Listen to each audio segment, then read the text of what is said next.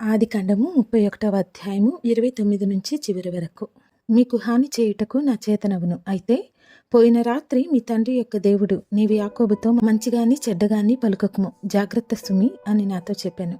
నీ తండ్రి ఇంటి మీద బహువాంఛగలవాడవై వెళ్ళగోరిన ఎడల వెళ్ళుము. నా దేవతల నేల దొంగిలిత్వనగా యాకోబు, నీవు బలవంతముగా నా యొద్ద నుండి నీ కుమార్తెలను తీసుకుందువేమో అనుకుని భయపడితిని. ఎవరి యొద్ద నీ దేవతలు కనబడునో వారు బ్రతకకూడదు. నీవు నా యొద్దనున్న వాటిని మన బంధువుల ఎదుట వెతికి నీ దానిని తీసుకొనమని లాబానుతో చెప్పెను. రాహేలు వాటిని దొంగిలనని యాకోబునకు తెలియలేదు. లాబాను యాకోబు గుడారములోనికి, లేయా గుడారములోనికి, ఇద్దరి దాసీల గుడారములలోనికి వెళ్ళెను గాని అతనికేమీ దొరకలేదు. తరువాత అతడు లేయా గుడారములో నుండి బయలుదేరి రాహేలు గుడారములోనికి వెళ్ళెను. రాహేలు ఆ విగ్రహములను తీసుకుని వంట సామాగ్రిలో పెట్టి వాటి మీద కూర్చుండెను. కాగా లాబాను ఆ గుడారమందంతటను తడవి చూచినప్పటికీ అవి దొరకలేదు. ఆమె తన తండ్రితో, తమ ఎదుట నేను లేవలేనందున తాము కోపపడకూడదు, నేను కడగానున్నానని చెప్పాను. అతడెంత వెతికినను ఆ విగ్రహములు దొరకలేదు.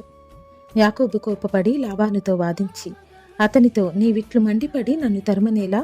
నేను చేసిన ద్రోహమేమి, పాపమేమి? నీవు నా సమస్త సామగ్రి తడవి చూచిన తరువాత నీ ఇంటి వస్తువులన్నిటిలో ఏది దొరికెను? నా వారి ఎదుటను నీ వారి ఎదుటను అది ఇట్లు తెచ్చిపెట్టుము. వారి మన ఉభయుల మధ్య తీర్పు తీర్చుదురు. ఈ 20 ఏండ్లు నేను నీ యొద్దనుంటిని. నీ గొర్రెలైనను మేకలైనను ఈడ్చుకొని పోలేదు. నీ మంద పొట్టేలను నేను తినలేదు. దుష్టమృగముల చేత చీల్చబడిన దాన్ని నీ యొద్దకు తేక ఆ నష్టము నేనే పెట్టుకొంటిని. పగటి యందు దొంగిలింపబడిన దాన్నేమి, రాత్రి యందు దొంగిలింపబడిన దాన్నేమి నా యొద్ద పుచ్చుకొంటివి. నేను ఇలాగుంటిని. పగటి ఎండకును రాత్రి మంచుకును నేను క్షీణించిపోతిని. నిద్ర నా కన్నులకు దూరం ఆయను. ఇది వరకు నీ ఇంటిలో 20 ఏండ్లు ఉంటిని. నీ ఇద్దరి కుమార్తెల నిమిత్తము 14 ఏండ్లును, నీ మంద నిమిత్తము 6 ఏండ్లును నీకు కొలువు చేసితిని. అయినను నీవు నా జీతము 10 మారులు మార్చితివి. నా తండ్రి దేవుడు, అబ్రాహాము దేవుడు, ఇస్సాకు భయపడిన దేవుడు నాకు తోడయుండని ఎడల నిశ్చయముగా నీవు నన్ను వట్టి చేతులతోనే పంపివేసి ఎందువు. దేవుడు నా ప్రయాసమును నా చేతుల కష్టమును చూచి పోయిన రాత్రి నిన్ను గద్దించినని లాబానుతో చెప్పెను.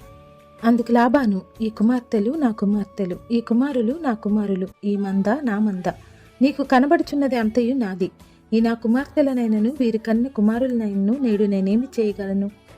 కావున నేనును నీవును నిబంధన చేసుకుందము రమ్ము. అది నాకును నీకును మధ్య సాక్షిగా ఉండునని యాకోబుతో ఉత్తరమియ్యగా, యాకోబు ఒక రాయి తీసుకొని దాన్ని స్తంభముగా నిలువబెట్టి, మరియు యాకోబు రాళ్ళు కూర్చుడని తన బంధువులతో చెప్పెను. వారు రాళ్ళు తెచ్చి కుప్పవేసిరి. అక్కడ వారు ఆ కుప్ప యొద్ద భోజనము చేసిరి. లాబాను దానికి యగర్ షాహదూత అని పేరు పెట్టెను. అయితే యాకోబు దానికి గలేదు అని పేరు పెట్టెను. లాబాను, నేడు ఈ కుప్ప నాకును నీకును మధ్య సాక్షిగా ఉండునని చెప్పెను. కాబట్టి దానికి గలేదని పేరు పెట్టెను. మరియు మనము ఒకరికొకరము దూరముగా నుండగా యెహోవా నాకును నీకును మధ్య జరుగునది కనిపెట్టునని చెప్పెను గనుక దానికి మిస్పా అని పేరు పెట్టబడెను. అంతట లాబాను, నీవు నా కుమార్తెలను బాధపెట్టినను, నా కుమార్తెలను గాక ఇతర స్త్రీలను పెండ్లి చేసుకొనినను.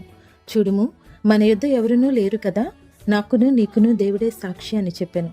మరియు లాబాను, నాకును నీకును మధ్య నేను నిలిపిన ఈ స్తంభమును చూడుము, ఈ కుప్ప చూడుము. హాని చేయవలనని నేను ఈ కుప్ప దాటి నీ యొద్దకు రాకను, నీవు ఈ కుప్పను ఈ స్తంభమును దాటి నా యొద్దకు రాకను ఉండుటకు ఈ కుప్ప సాక్షి, ఈ స్తంభమును సాక్షి. అబ్రాహాము దేవుడు, నాహోరు వారి తండ్రి దేవుడు మన మధ్య న్యాయము తీర్చునని చెప్పెను.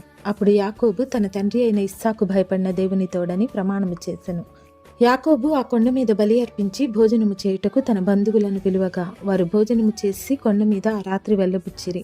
తెల్లవారినప్పుడు లాబాను లేచి తన కుమారులను తన కుమార్తెలను ముద్దు పెట్టుకుని వారిని దీవించి బయలుదేరి తన ఊరికి వెళ్ళిపోయాను.